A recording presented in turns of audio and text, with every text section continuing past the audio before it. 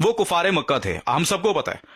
انہوں نے سب سے زیادہ نبی پاک صلی اللہ علیہ وسلم کو اور آپ کے صحابہ کرام کو ظلم اور ستم کا نشانہ بنایا۔ اب سنیں ذرا ان کے بارے میں بھی قرآن کیا تعلیم دیتا ہے نبی کریم صلی اللہ علیہ وسلم کو۔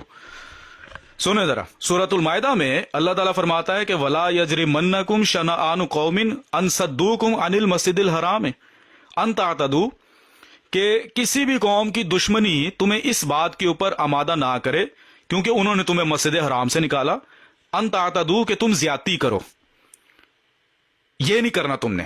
اگر کسی قوم نے تمہارے پر زیادتی کی ہے، ظلم کیا ہے، تو اللہ تعالیٰ کہتا ہے کہ تم نے ان کے ساتھ بھی زیادتی نہیں کرنی۔ آگے پتہ کیا حکم دیتا ہے؟ سنیں ذرا مسلمانوں کو، وَتَعَاوَنُوا عَلَى الْبِرِّ وَالتَّقْوَى، بلکہ الٹ تعلیم دیتا ہے جو یہ مولوی ہمیں بتا رہے ہیں۔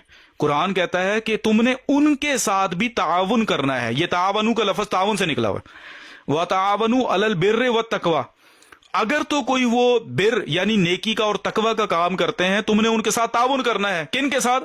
وہ جو کفار مکہ تھے، جو ہر قسم کا ظلم اور ستم کر رہے تھے مسلمانوں کے ساتھ۔ اللہ تو ہمیں کہہ رہا ہے کہ جناب ان کے ساتھ بھی ہم نے، اگر وہ کوئی نیکی اور تقوی کا کام کرتے ہیں، ہم نے ان کے ساتھ تعاون کرنا ہے۔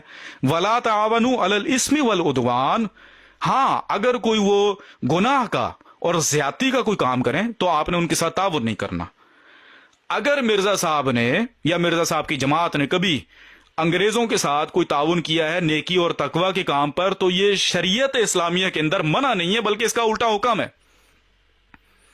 ان کے بائیکاٹ کا حکم نہیں ہے۔